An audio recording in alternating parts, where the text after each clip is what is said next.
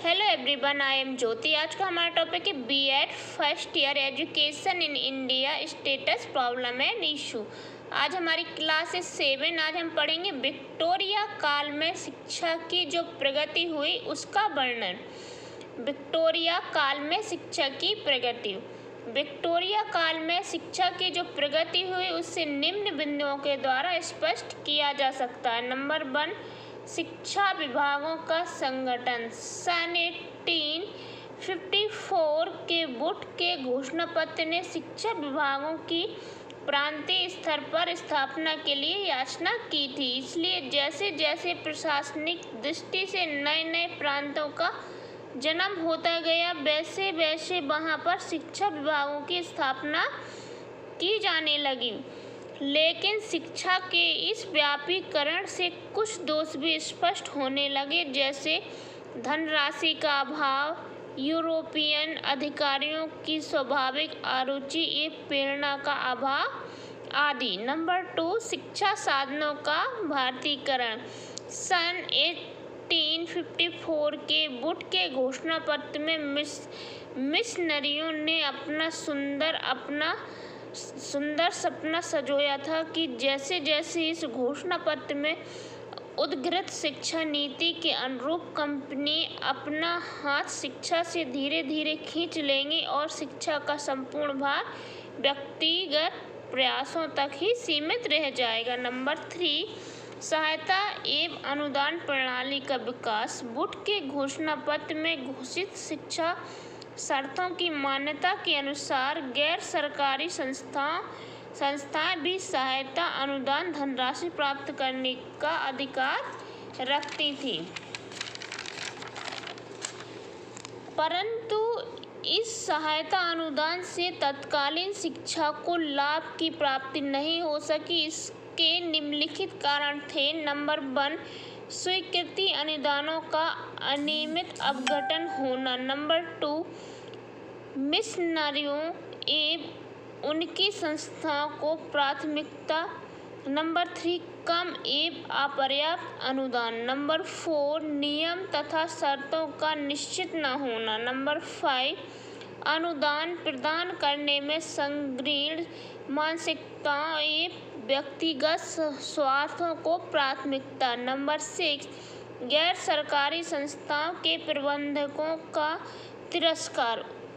उपरोक्त कारणों एवं मुश्किलों का समाधान सन 1882 के भारतीय शिक्षा आयोग में करने का प्रयत्न किया था। नंबर 4, विश्वविद्यालयों की स्थापना तथा माध्यमिक शिक्षा का प्रसार। विश्वविद्यालयों की स्थापना तथा माध्यमिक शिक्षा का प्रसार निम्नलिखित प्रकार से हुआ। नंबर 1, विश्वविद्यालय शिक्षा। वुड के घोषणा पत्र की घोषणा नीतियों के अनुरूप कोर्ट ऑफ डायरेक्टर्स ने 19 जुलाई सन 1854 को मद्रास, कलकत्ता एवं बम्बई में विश्वविद्यालयों की स्थापना का कार्य शुरू कर दिया गया, जो कि सन 1857 में जाकर पूरा हो गया।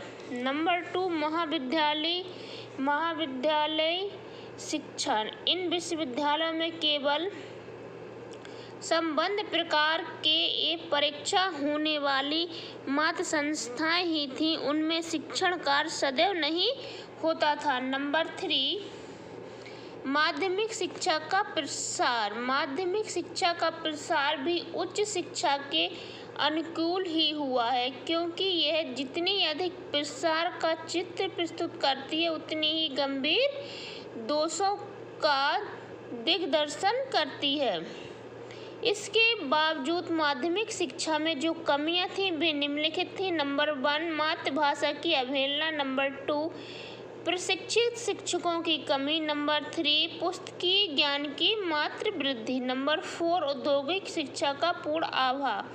इन सभी कठिनाइयों एवं दोषों का ही परिणाम था कि सन 1882 में भारतीय शिक्षा आयोग का गठन किया गया तथा उसने अपनी ठोस प्रस्तुति दी। नंबर 4, प्राथमिक शिक्षा का प्रसार। सन 1854 से लेकर सन 1902 के बीच प्राथमिक शिक्षा की अपेक्षाकृत अवहेलना की गई, क्योंकि इसकी प्रसार गति बहुत मध्य थी, परंतु प्रत्येक सरकारी घोषणा पत्र इसके विकास के लिए सभी आवश्यक कदम उठाने की नीतियों का निर्माण करते रहे। सन 1854 में वुड के घोषणा पत्र में ही तथ्य को अत्यधिक प्रभावशाली शर्तों में प्रकट किया गया था। यदि इस घटना पर थोड़ा विचार किया जाए तो इसकी असफलता के प्रमुख कारण निम्नलिखित हो सकते हैं। नंबर 1, अनिवार्य प्राथमिक शिक्षा को अनिवार्य करने में असफल। नंबर 2, प्राथमिक शिक्षा का स्थानीय निकायों का हस्तांतरण। नंबर 3, भारतीय स्कूलों का तिरस्कार। विक्टोरिया काल की समाप्ति। उस समय में शिक्षा का जो चित्र विक्टोरिया काल का प्रतिनिधित्व करता है वह काफी संतोषजनक प्रतीत होता है।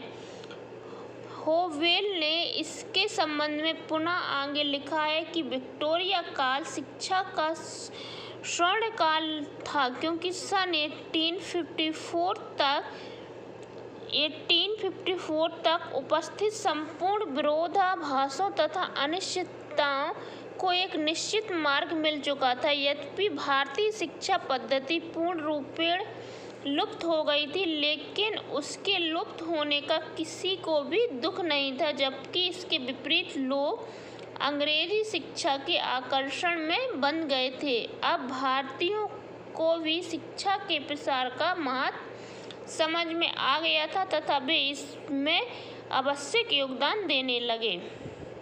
ये तो थी हमारी क्लास 7 B.Ed फर्स्ट ईयर की। आपको कैसी लगी? मिलते हैं नेक्स्ट क्लास 8 में। Okay, bye bye.